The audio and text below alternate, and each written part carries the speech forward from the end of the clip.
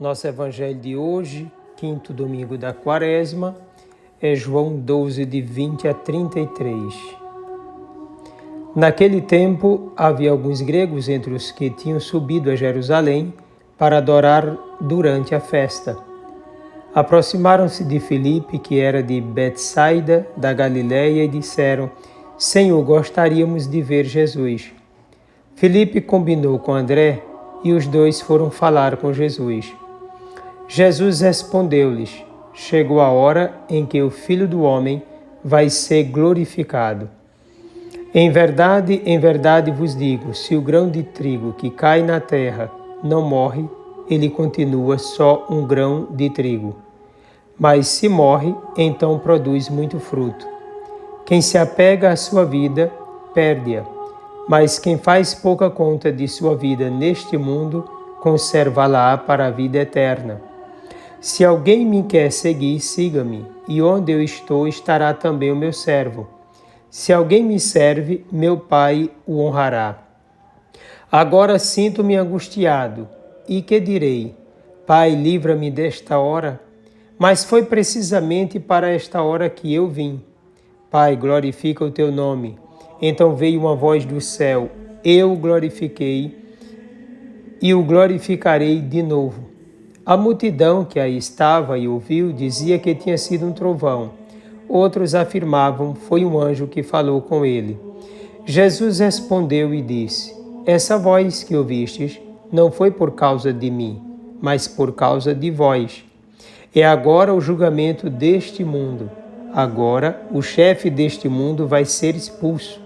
E eu, quando for elevado da terra, atrairei todos a mim. Jesus falava assim para indicar de que morte iria morrer. Palavra da salvação. Esses gregos são prosélitos, aderiram à fé de Israel. No entanto, eles querem conhecer Jesus. Quem deve possibilitar esse conhecimento? Os discípulos do Mestre, portanto, são eles os responsáveis pela transparência de Cristo na história. O verbo grego usado aqui não é, por exemplo, blepo, que significa apenas a visão do externo, o olhar às coisas que estão no âmbito da visão. Pelo contrário, o texto traz o verbo oral, que significa ver a identidade, a essência, enxergar o outro segundo a sua realidade mesma. É um ver por dentro. Enquanto alguns do judaísmo querem matar o Filho de Deus, alguns pagãos desejam conhecê-lo mais de perto. Pois bem, esse ver dos gregos é diferente, por exemplo, daquele de Herodes, que tinha como intenção matar o menino Jesus. Jesus fala que chegou a hora. Que hora? A hora da glorificação, marcada pelo esvaziamento total, pela entrega de si, pelo dom de si para a salvação de todos, hora da manifestação do amor de Deus, do Pai que entrega seu Filho, do Filho que se entrega, do Espírito que se deixa entregar, a fim de que todos tenham a vida, a hora em que toda a humanidade está pronta para conhecer quem de fato revela a verdadeira condição de vida para todos, a única que liberta o homem, contrariando a lógica mundana da dominação do poder, a hora da convocação de todos à comunhão. Essa hora significa, enfim, a revelação do amor fiel, a glorificação do Pai e do Filho e desmascaramento da sociedade injusta e infiel. Em verdade vos digo, se o grão de trigo não cai na terra e não morre, permanece só. Se ao contrário morre, produz muito fruto. Diferentemente dos evangelhos sinóticos, que identificavam a semente com a palavra de Deus, João a identifica com o próprio Jesus e, consequentemente, com seus discípulos. Duas coisas devem ser observadas nessa afirmação. Em primeiro lugar, o fato de a semente ou grão de trigo não cair na terra e não morrer. indicando quem faz opção por si mesmo, que não deseja fazer-se um dom, que não se motiva para uma doação de si em vista de um bem maior, que não quer se preocupar com nada externo a si, pois mais importante é cuidar de si mesmo naqueles que não querem morrer. Em segundo lugar, o fato da morte, que, contrariando qualquer forma de mentalidade do mundo, produz fruto. Neste caso, vê-se uma alusão à morte de Jesus e dos seus discípulos. Jesus será morto, mas não será o fim, pois sua morte dará frutos, a começar de si mesmo, que na sua condição humana será glorificado. Sua morte é esvaziamento total de si e redenção para a humanidade. A morte dos seus discípulos será semente de novos cristãos. Quem ama sua vida vai perdê-la. Quem, ao contrário, odeia sua vida neste mundo, vai conservá-la para a vida eterna. Amar aqui não significa dar valor, vendo-a no projeto de Deus, mas numa realidade de egoísmo, de apego pessoal ou uma espécie de narcisismo. Odiar a própria vida não significa, por sua vez, desvalorizá-la, pelo contrário, significa tê-la em altíssimo grau de importância, mas na dependência de Deus, voltada para Deus e à disposição da vontade do Senhor. Odiar a vida nesse contexto é não ser apegado a si mesmo, não buscar tudo para si, mas colocar-se à disposição do desejo do Altíssimo, mergulhar mesmo no seu projeto de salvação. E ainda querer ser útil na prática do bem, não medir esforços para amar, ser verdadeiro, construir a paz e a justiça, é ser solidário, disponível, desapegado de si e fiel ao projeto do Pai por meio de Jesus Cristo. É ser voltado para o futuro de Deus, enfrentando a cruz sem desanimar. E agora o julgamento desse mundo. A verdade é que o mistério da cruz de Cristo determina quem vai acolhê-lo de fato. Ele passará pela cruz, será rejeitado e crucificado como um maldito. É o que vemos em Deuteronômio 21, 23.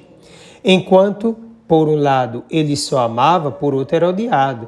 Então está claro o critério salvífico, o próprio Jesus Cristo, pois ao olhar para o crucificado, vemos o imenso amor de um Deus apaixonado por nós. E nosso ódio também por ele, isto é, nossa rejeição por aquele que somente amou, querendo nossa salvação, o que para isso esvaziou-se, humilhou-se e carregou nossos pecados.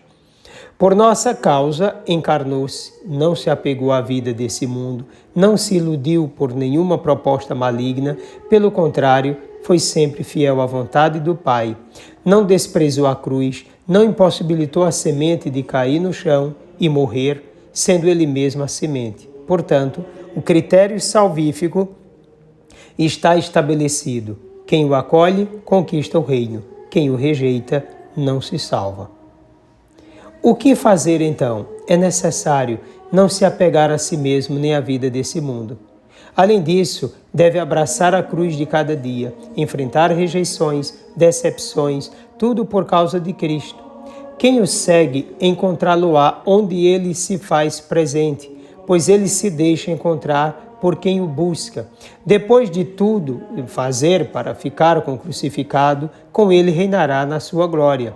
Ainda nesse mundo, o discípulo, seguindo o exemplo do amado do Pai, deve fazer de sua vida uma doação constante, um milagre para o outro.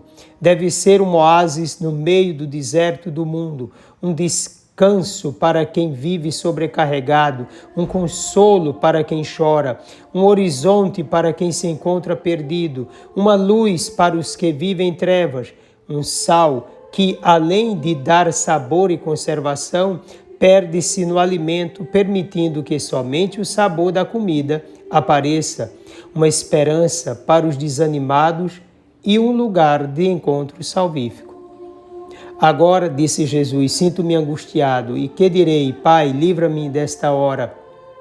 Mas foi precisamente para esta hora que eu vim. Historicamente, trata-se de um momento trágico, difícil, um momento de rejeição por parte de pessoas indiferentes a Deus, ódio de um mundo caído no lamaçal do pecado e, ao mesmo tempo, de total entrega de si mesmo por amor a quem não o enxerga verdadeiramente.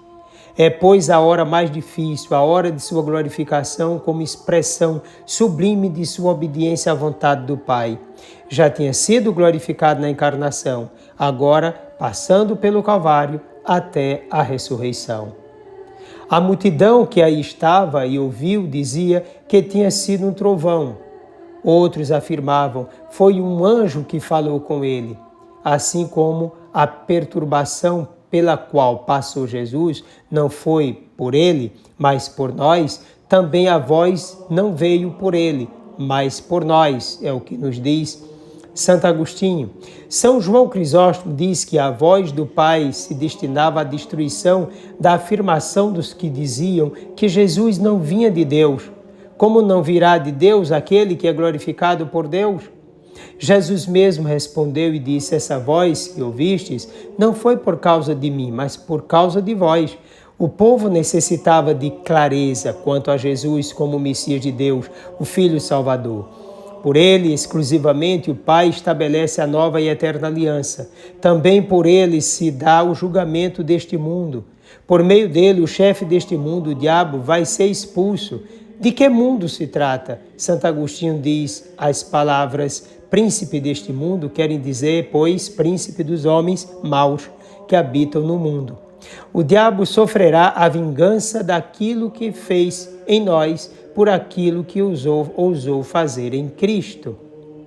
E Cristo, como vencedor no Calvário e na ressurreição, atrairá para si todos os que se abrirem a ele, decididos pelo conhecimento de Deus, pelo ódio a todo e qualquer tipo de pecado e pelo dom de si mesmos na prática do bem maior. Desça sobre ti a bênção do Deus Todo-Poderoso, Pai, Filho e Espírito Santo. Um forte e carinhoso abraço.